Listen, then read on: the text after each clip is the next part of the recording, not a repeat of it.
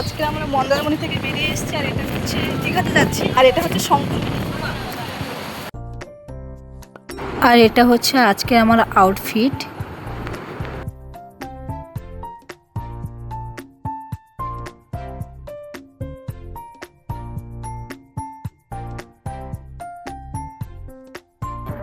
এখানে বসে আমরা সবাই মিলে চা খাচ্ছি।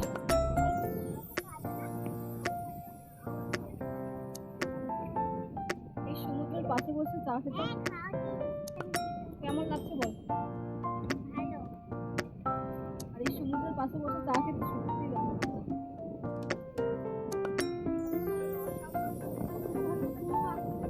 আমরা চা খেয়ে বেরিয়েছি, কিন্তু সমুদ্রের ধারে খাবো বলে আবার এখানে দাঁড়িয়ে চা খাচ্ছি।